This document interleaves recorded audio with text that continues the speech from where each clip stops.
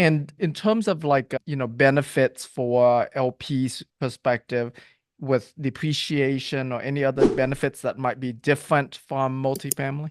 Yeah, I would say as far as comparison for LPs, the returns are typically much higher. The current funds we have, we've targeted a little bit. I mean, it depends on the investment class, but north of 30% annualized returns based on our pro Mm, formas. And they still carry depreciation benefits because the largest expense in car washing is the equipment, and we can accelerate the depreciation on that to where typically 40 to 60 cents every dollar that's invested is applicable to depreciation. I see. Very interesting. How is it? I mean, in terms of the business model wise, what would be another real estate asset class that would be more similar to it? Is it self-storage that would be more similar, or what would you say that might be?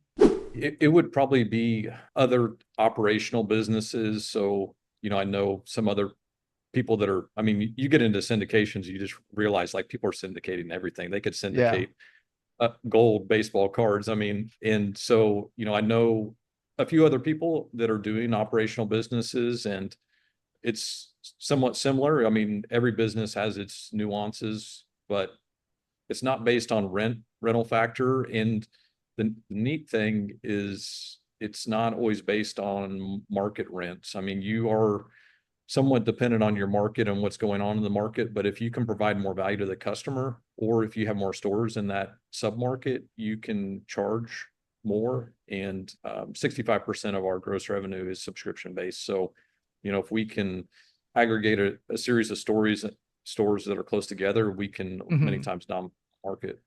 Gotcha. Okay. So most of the value, in a car wash is in the business itself, not less on the real estate.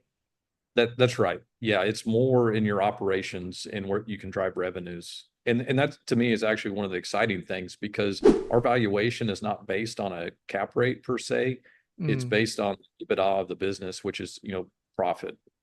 Right. Okay. That makes sense. Okay. Yeah. Now I get it. I think that like Yeah. that distinction of real estate versus business, it's like, okay, I get it. So now I can look at a car wash from a business perspective, and less from a real estate perspective. Yes. Yes. I would say being a numbers guy, I really, that's one of the most attractive things.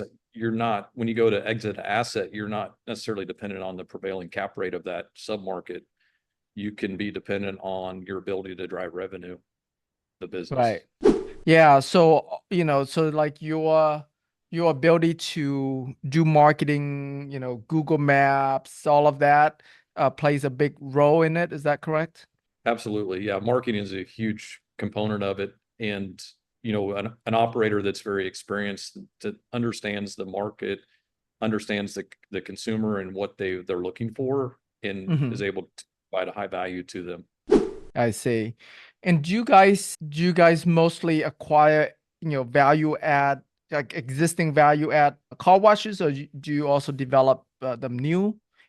Well, I would say our main focus has been on acquiring land sites, which hence is kind of my segue into the car washing business is, I'm a land broker, and so helping them with the acquisition of sites, and then we're doing ground up development. And we like that because it's a systemized, repeatable process that we can do over and over and over again.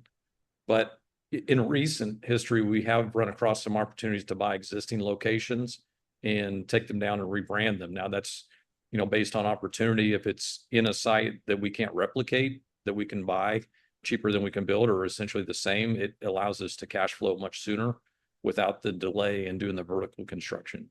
I see. Okay. And or like the express car wash model, is that a relatively new model? Like how long, I guess, when did it start to become more popular?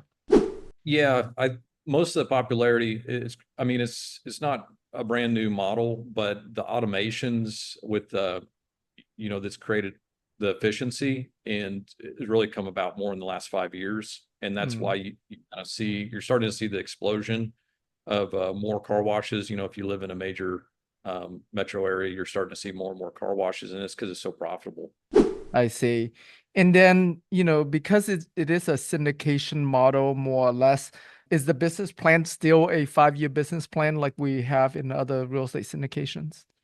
Yes, yeah, we operate on a 4 to 6 year hold period on on the current assets, and that's based on the business plan to aggregate a portfolio of car washes to where we can bundle them up and eventually exit to, institutional capital that would buy that cash flow.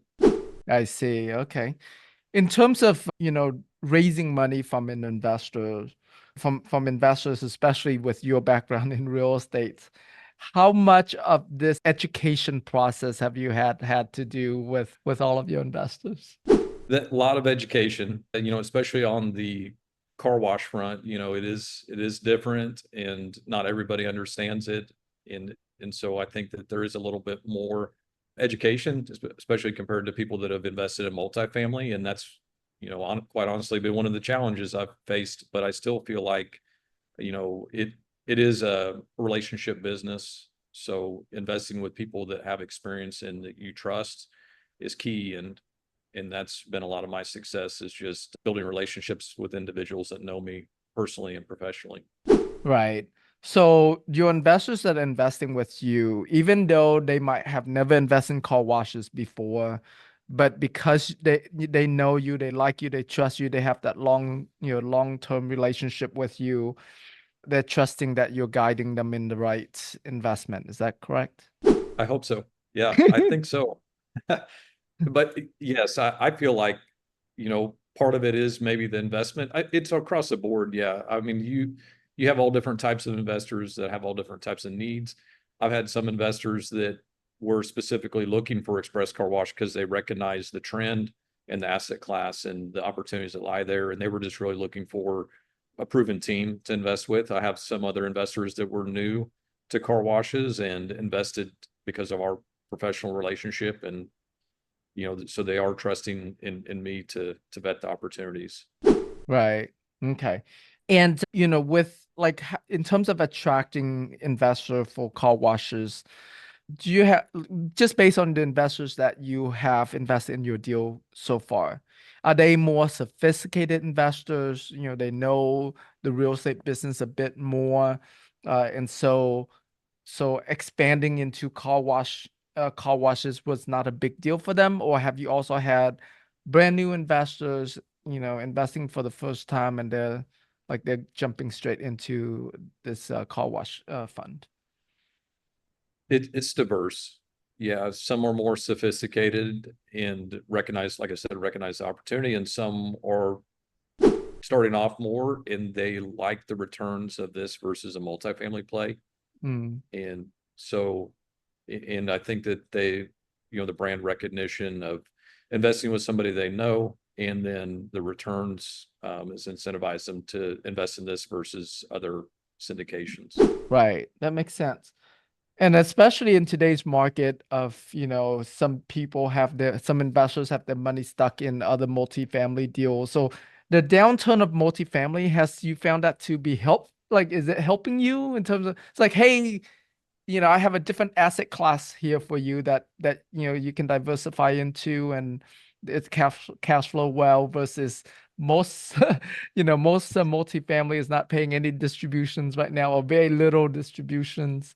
Like, has that been helpful for you?